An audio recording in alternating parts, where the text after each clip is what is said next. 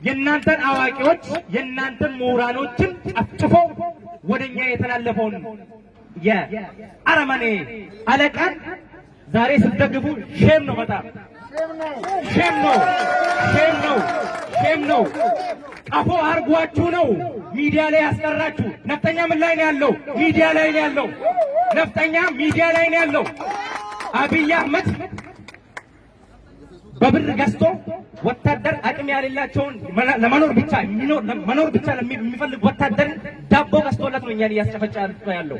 ያ ዳቦ ሲያልቅ አብይ አህመድ ራሱን አብይን የሚበሉት የራሱ ወታደሮች የራሱ ደጋፊዎች ናቸው። ኦሮሞ ሲያመው ካላመማችሁ፣ ኦሮሞ ሲሞት ካልተሰማችሁ እንዴት አብረን እንደምንኖር እዛ ሀገር ውስጥ ወደፊት እናያታለን።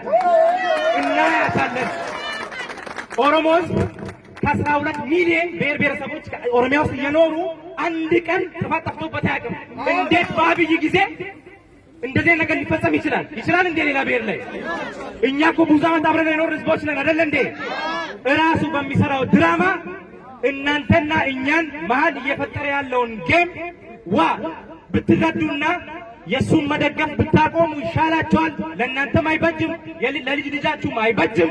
የምኒልክም ዛሬ ያመጣውን ጦስ ታውቃላችሁ።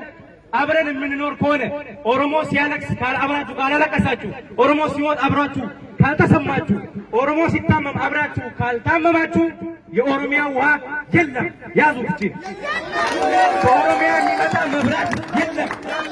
ከኦሮሚያ የሚመጣ እህል የለም። ከጅቡቲ የሚመጣ ቤንዚን የለም። አማራ ነፍጠኛ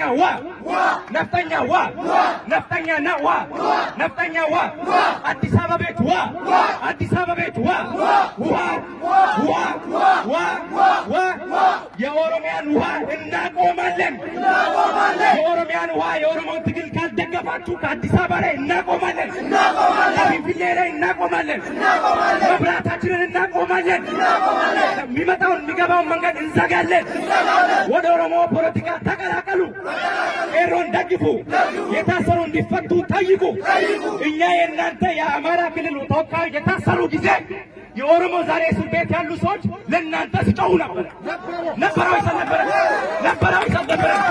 ለእናንተ እንዴት ድግስ ሊሆን ቻለ? አብረን ወደፊት የምንኖር ከሆነ ሰዎች ይሄ ሰውዬ ዛሬ መጥቷል፣ መሪ ነው፣ ነገ ይሄዳል። ህዝብ ግን አብሮ ነው የሚኖረው። ታሪካችንን አታበላሹ። የባሰ ከኛ ጋር ሁኑ ነው የምለው። አመሰግናለሁ።